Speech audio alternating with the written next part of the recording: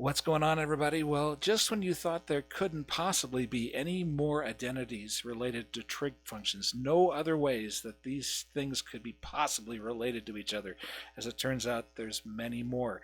We're going to be talking about today that these particular formulas that deal with sums of trig functions and differences of trig functions. But before we do that, let's take some time for ourselves here. I was just thinking about this morning the fact that this really is a skill that's becoming all the more poignant during this time in which you probably feel quite bored, quite cooped up, probably stir crazy, wanting to get out, wanting to do some things. This is actually a time, if you'll make use of these techniques here of breathing, of emptying your mind, of feeling that your body is alive, all of these things can help you actually in some surprising ways. It can make it so that you understand precisely who you are. Apart from all of the expectations that I might have of you, the institution of ECA, other institutions, your parents, whatever, eventually we all have to take a step and ask ourselves the question, what is right for me? What are my truths? What are the ways in which I want to live my life? And what are the things that are going to be important to me that I can find within myself here? How do you know when you found those things?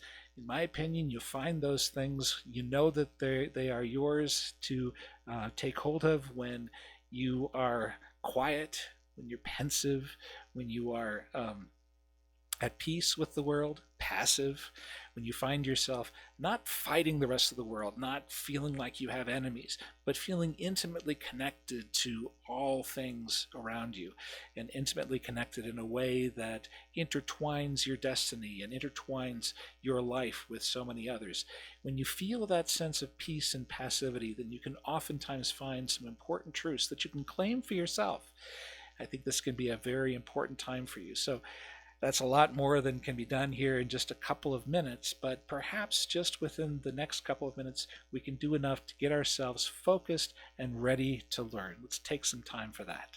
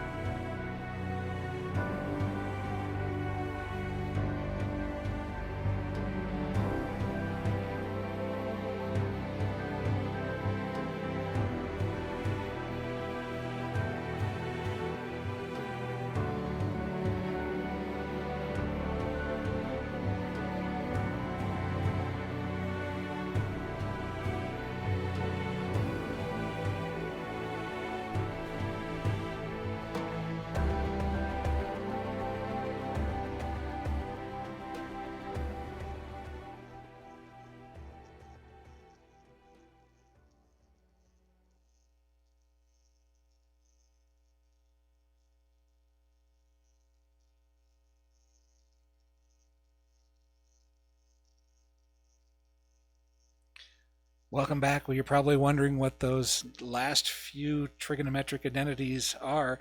We're going to find out what they are in just a second here. What I'd like for you to do first is to do this warm-up that is sitting on your activity sheet here as well. This is just a review of what these trig functions are. Sine of, this should actually be sine of 0, cosine of 0 here. Sorry about that. Sine of 0, cosine of 0. What is that? Sine of pi over 2, cosine of pi over 2, sine of pi, cosine of pi.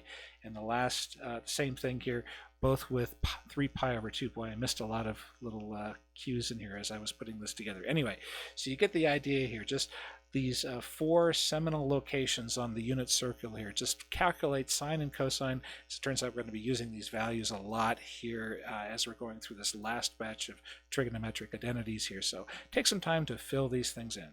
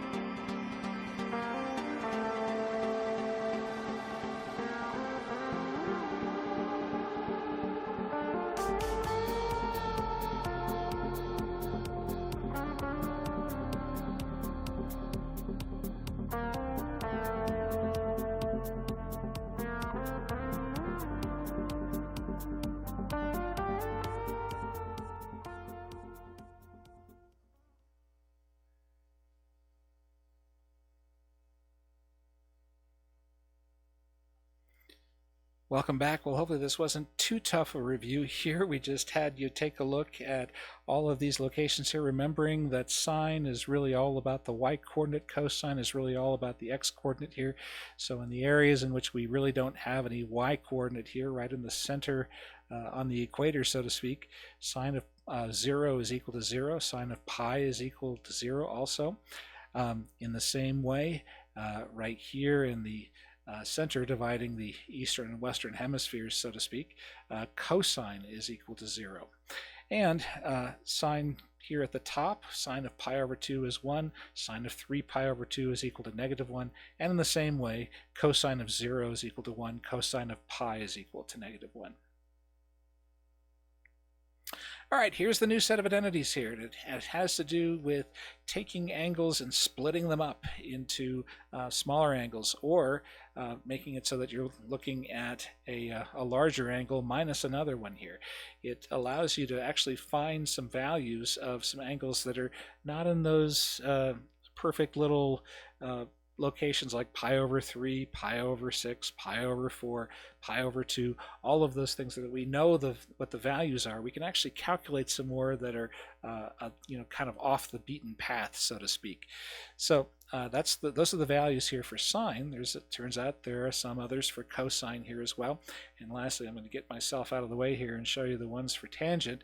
Tangent has its own identities here as well. You're not going to be expected to memorize these, nor are you going to be expected to memorize some of the other ones that deal with sine of 2x, that kind of stuff as well, cosine of 2x, and so on and so forth. Really the only ones you're going to have to know for an exam are the more foundational ones, the reciprocal ones, the Pythagorean identities.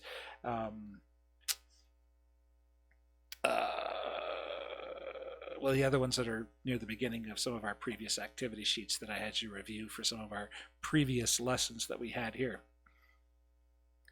Okay, so how can we use some of these things? Well, sine of pi over 12. Pi over 12, talk about off the beaten path. We haven't worked with pi over 12 at all, but we have worked with pi over 3 and pi over 4, and as it turns out, pi over 12 is equal to the first of these minus the second of these.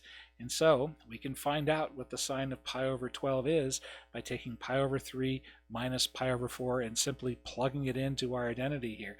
Sine of pi over 3, cosine of pi over 4, cosine of pi over 3, sine of pi over 4. Plugging those things in, well, what's the sine of pi over 3? It's going to be the square root of 3 over 2.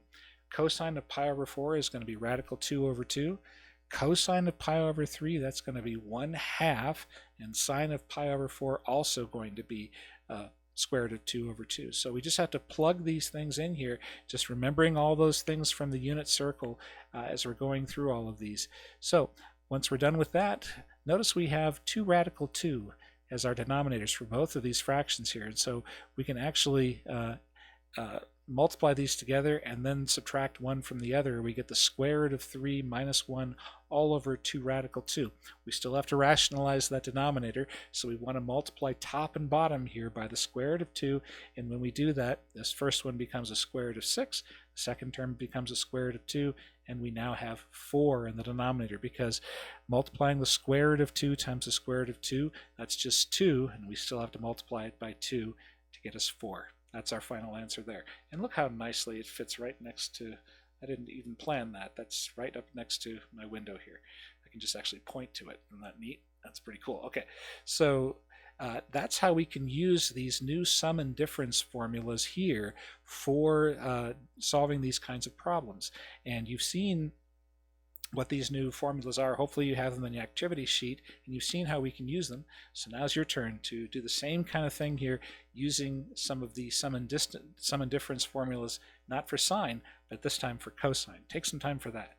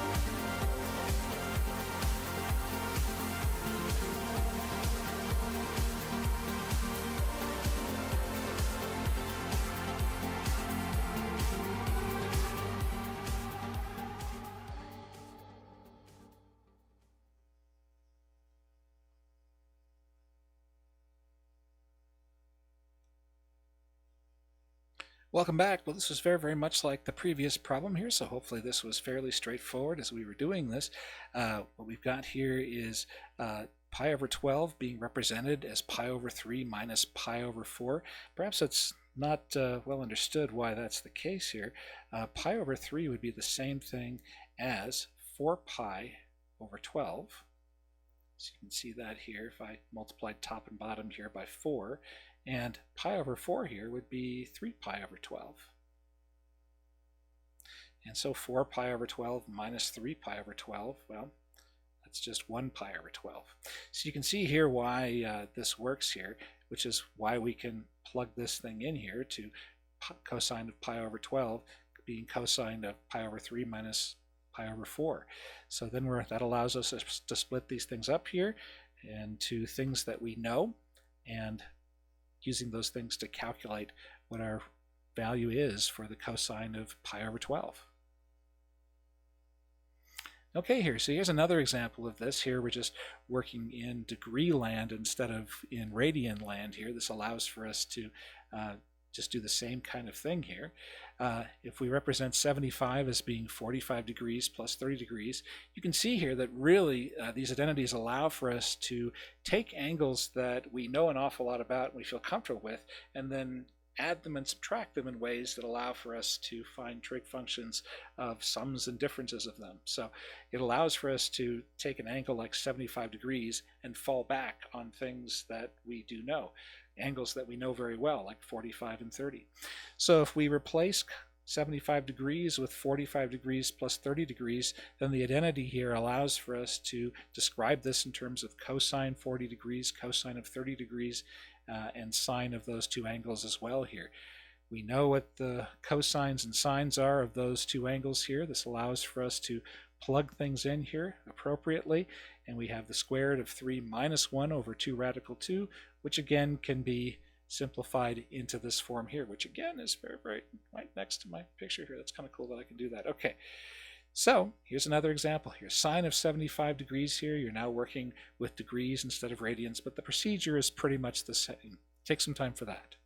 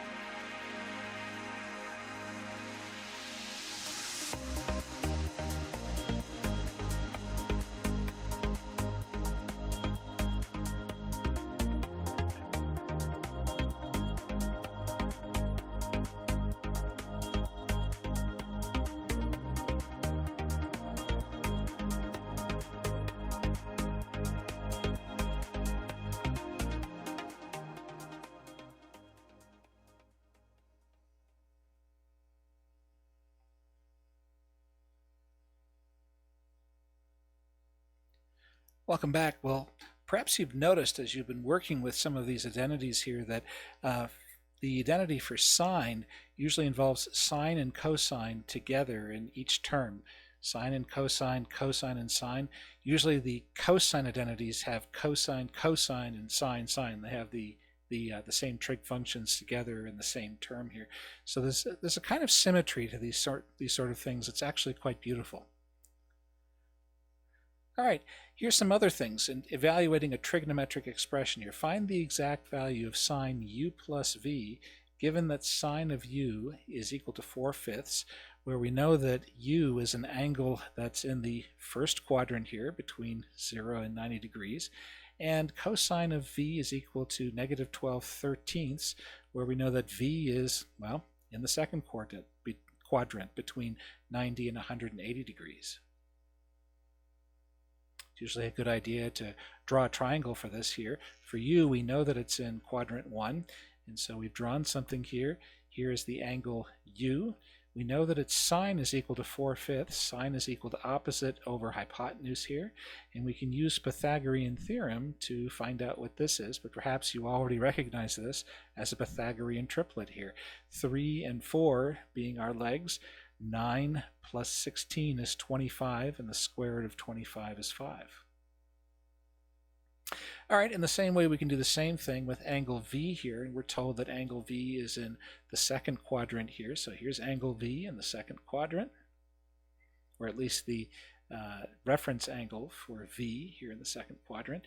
And we're told that cosine of V here is -12/13. So here's -12 over 13, adjacent over hypotenuse. And once again, we can find out what this side is here, again, through the Pythagorean theorem. This is another Pythagorean triplet here, 5, 12, and 13. And we can make use of the identity here for sine u plus sine v, sine u plus v, I should say, being represented as sine u cosine v plus cosine u sine v. And as it turns out, we can extract what sine of u is from here. This is 4/5. We're actually given that. Cosine v, we're also given that, -12/13. But we're not given cosine u and sine v here. We have to figure those out for ourselves here. Cosine of u being adjacent over hypotenuse, that's 3/5. Sine v being 5/13 here. That's opposite over hypotenuse. So we have two fractions to multiply, two pairs of fractions to multiply, and then we have some things to add once we're done with that. Fortunately, we already have the same denominator on both of these fractions that we have to combine here. The denominator is 65, and what we have is -33/65 here. Interesting. So do the same thing here. We've got cosine u plus v, given that sine of u is equal to 12/13. We're in the first quadrant. Cosine of v is equal to -3/5, where we are in the second quadrant. Take some time for that.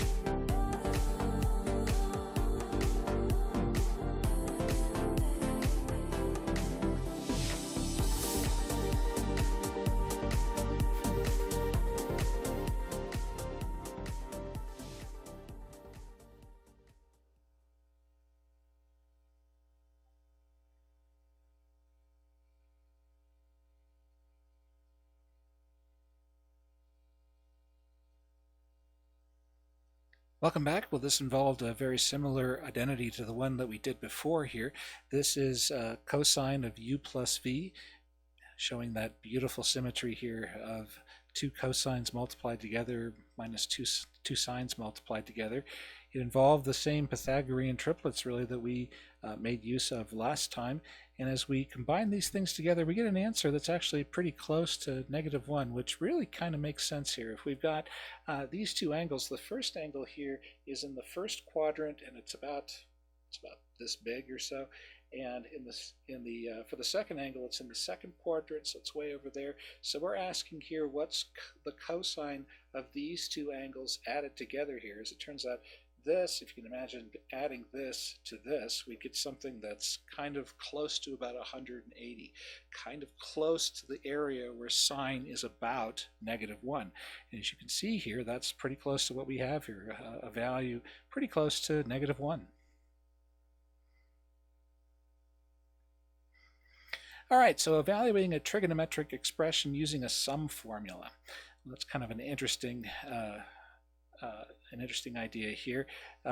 As in particular here, writing this as an algebraic expression. Well, what's that all about? Well, what that's about is actually something that we've done before, where, for example, I sometimes had you do this, where you were to find the cosine of arctangent of, let's say it's just arctangent of x, and it involved you drawing a triangle here. The arctangent of x, if this is the angle in question here, arctangent of x was opposite over adjacent here, and from this you found out what the hypotenuse was here, square root of x squared plus 1. So x squared plus 1 squared is equal to this squared. So x squared plus 1, add those together, take the square root of that, and we get the value of this side here. And then we had to find the cosine of that. Well, that's 1 over the square root of x minus 1. And so we're able to get that. So yeah, and we'll want to rationalize the denominator here. That's fine. But the important thing here is we were able to convert this from a trigonometric expression to an algebraic expression here.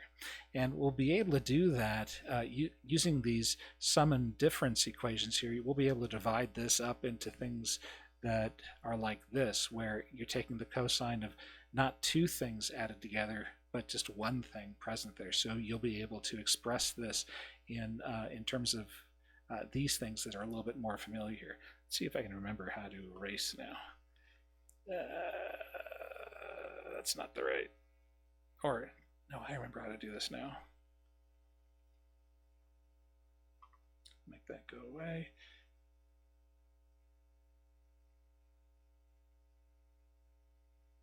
Aha, I do remember how to do this. Okay, so now I can erase all this.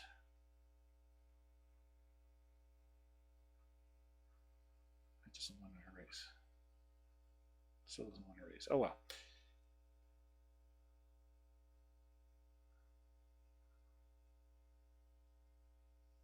Okay.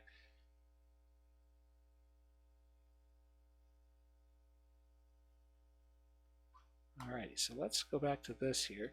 And for doing this, we're eventually, as you saw earlier, we're going to be drawing some triangles here. The arctangent of 1, like this here. If this is 1 and this is 1, these are legs of a right triangle here. What's this value going to be? Square root of 2 there. And we have a second angle here that's going to be x over 1, adjacent over hypotenuse here. And so this squared plus this squared has to equal this squared. So it gets a little more messy with this one here. It's the square root of 1 minus x squared here. If you're not sure about that, mess around with the Pythagorean theorem here, A, B, and C. Remember, C is always the hypotenuse, and solve for this. Well, here is the cosine of two things added together here. This is the identity that we can use, and you can see this is what happens when we're allowed to split these things up here. Cosine of arctangent 1, let's see, so the cosine of this angle right here would be 1 over the square root of 2. There it is.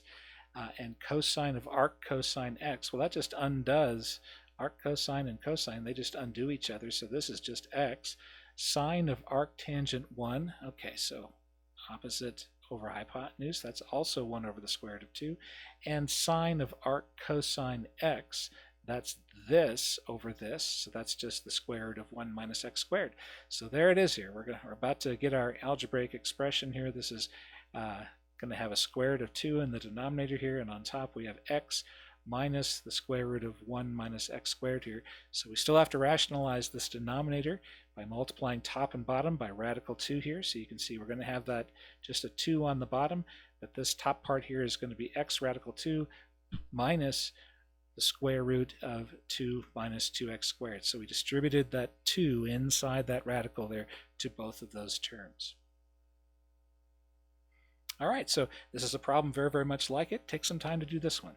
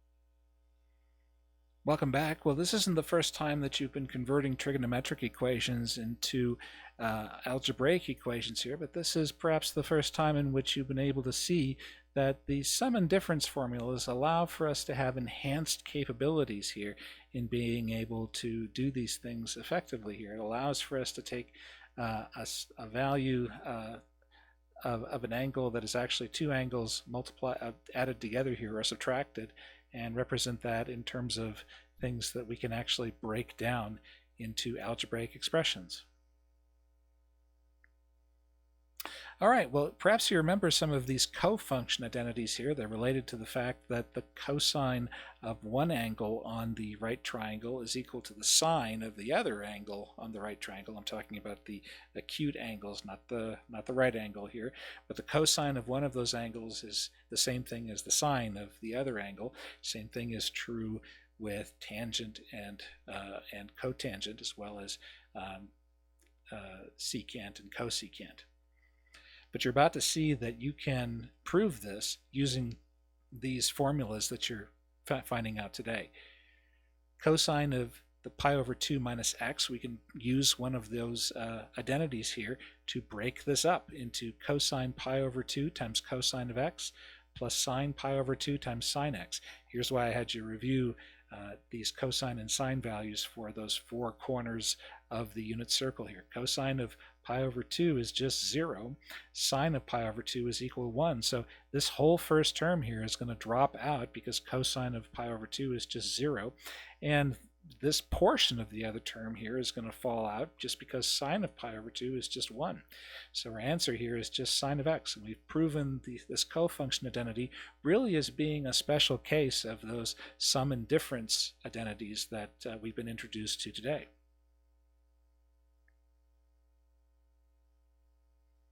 All right, so here's a similar one for you to prove. Take some time for that.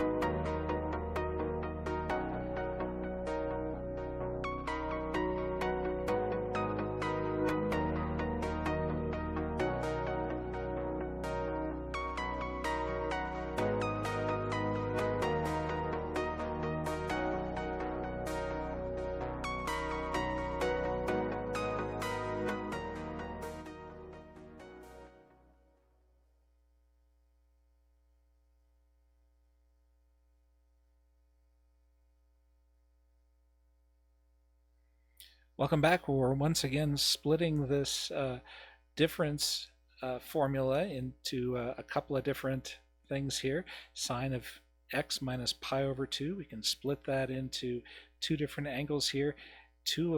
And these two angles, one of which is very, very simple to calculate the cosine and sine of, making this first term drop out and making it so that this second term here is just cosine of x. So minus cosine of x is the answer here for this. So we can do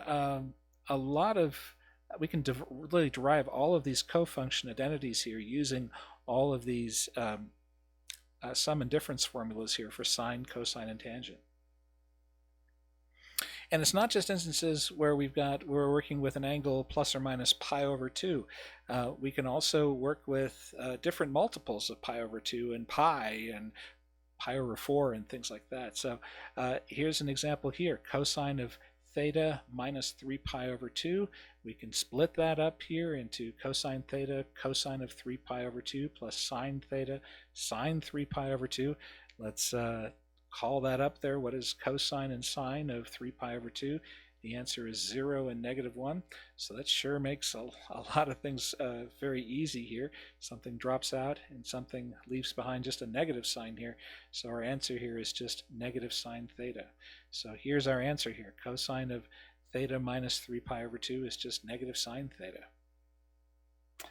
Here's another example here using tangent, and we haven't really worked yet with the sum formula for tangent, but here it is. If we've got two angles added together here, the tangent of theta plus 3 pi is equal to the tangent of theta plus the tangent of 3 pi, all over 1 minus tan theta tangent 3 pi. Well, what is the tangent of 3 pi? Well, that's 1.5 times around the unit circle, so we're landing here on pi, and so let's see, the sine of that is 0, cosine is negative 1, it's sine over cosine, 0 over negative 1, the tangent of 3 pi here is equal to 0. Well, that's going to make things a lot easier here, isn't it? Tangent of theta plus 0, 1 minus tangent of theta times 0, well, that's just going to be tangent of theta over 1, or just tangent theta. So this mess here just simplifies to tangent theta.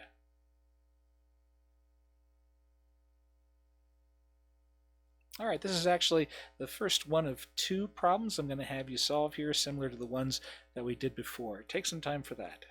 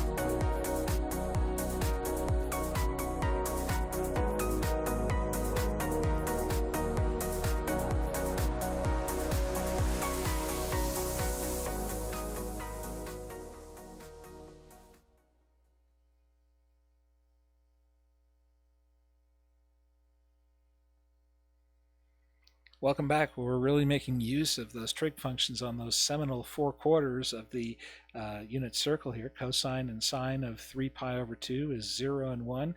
And so as we're expanding out this difference formula here for sine, it becomes easy to see which things drop out, leaving behind just negative cosine theta.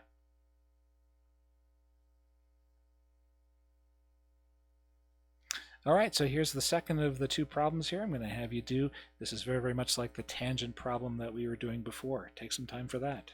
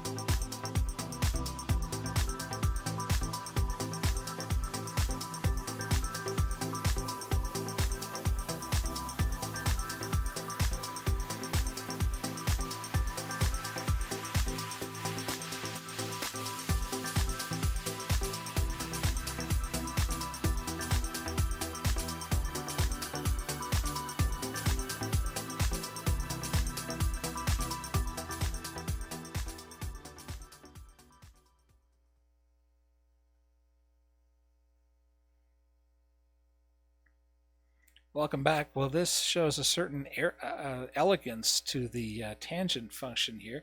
If you've got a angle that's greater than 45 degrees here, then the way that you can find the tangent of the angle that is 45 degrees less than that is to take the tangent of the angle and subtract 1 from it and divide that by the tangent of the angle plus 1.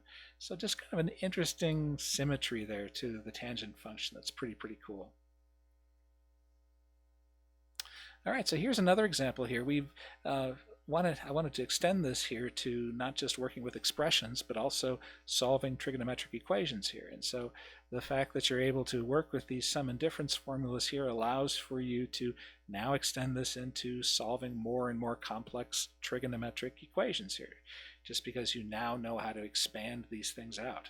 All right, so how do we do this here? This first one here is these two terms. This second one here is these two terms. And so we're going to be plugging a lot of stuff in here. It'll be okay, everybody, and it'll allow for us to solve for what x is eventually. Cosine and sine of pi over 4, that's just 1 over the square root of 2. So we're going to get a lot of 1 over square root of 2's in this. Actually, what we can do is, since sine and cosine are the same, we can represent this as just the cosine of pi over 4, cosine of pi over 4, cosine of pi over 4. But also notice that this term is exactly the same as this term here. It's just plus and minus. So these two terms are going to cancel each other out, meaning that we can combine these two terms here to just 2 sine x cosine of pi over 4 is equal to negative 1. Well, we can just divide that by 2 here, and we have negative 1/2. Sine of x times cosine of pi over 4. Cosine of pi over 4, like we said, is 1 over the square root of 2. So we have sine x times 1 over the square root of 2 is equal to negative 1/2. Let's multiply both sides by the square root of 2 so that we have sine of x is equal to negative radical 2 over 2.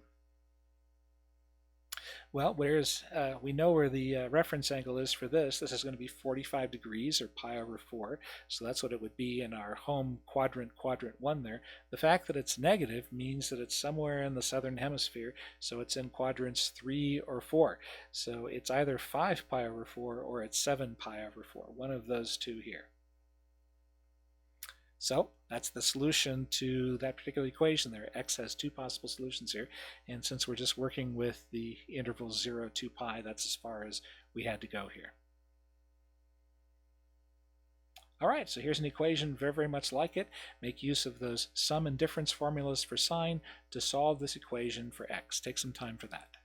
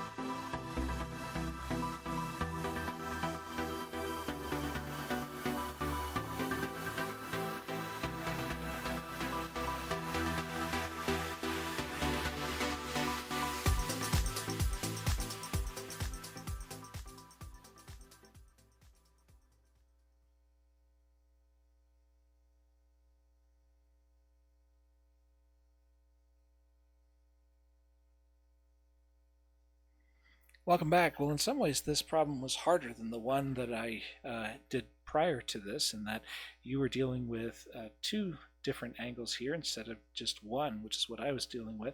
But in some ways, it was easier in that you had cosine values that set things equal to 0 and sine values that set things equal to 1 or -1 here. These cosine values made these two terms immediately drop out and basically made these two terms exactly the same. So that the remaining terms here were just cosine x and cosine x. 2 cosine x is equal to 1, cosine is equal to 1/2. Well, let's see, where does that happen? Sine of x is 1/2 at pi over 6. Cosine of x is 1/2 at pi over 3. And the fact that it's positive means that we're in the eastern hemisphere. So pi over 3 is our quadrant 1 solution. 5 pi over 3 is our quadrant 4 solution here. So pi over 3 and 5 pi over 3. Okay, so summarizing what it is that we've gone through today here, do you know how to do this? State the sum and difference formulas for sine, cosine, and tangent. Do you kind of know the general pattern? Again, you're not going to have to memorize these. You're just going to have to be able to really just pick out where they are, what they are.